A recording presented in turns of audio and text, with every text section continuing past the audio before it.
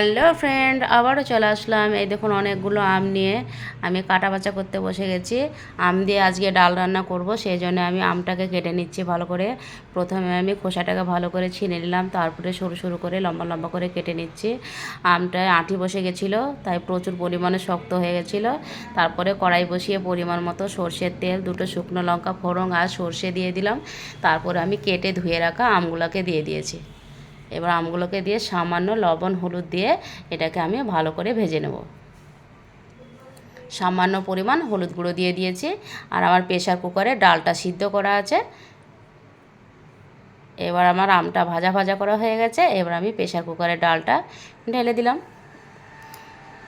এবার আমার ডালটা ফুটে উঠলেই সামান্য চিনি দিয়ে দেবো, তারপরে আমটাকে একটু ভাঙা ভাঙা করে দেবো। আমার ডাল রান্না পুরোটাই রেডি। এই দেখুন আমার ডাল রান্না হয়ে গেছে। এবার আমার খাওয়া দাওয়া করতে বসে গেছি।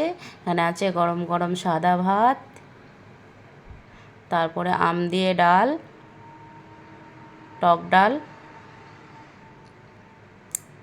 তারপর আছে ছোলার ডাল দিয়ে মোচার ঘন্ট।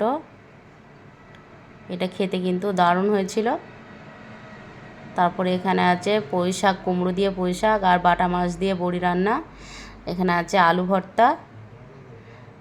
এবার আমি সবারের ভাত একসঙ্গে বেড়ে নিচ্ছি। এবার একসঙ্গে সবাই মিলে খেতে বসে যাব।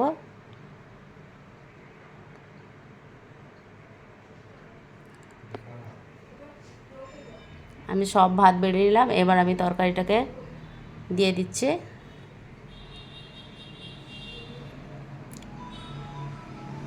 মোচার ঘন্ট, আলু ভর্তা, টক ডাল, পুঁই শাকের চচ্চড়ি, বড়ি দিয়ে মাছ আর টক ডাল।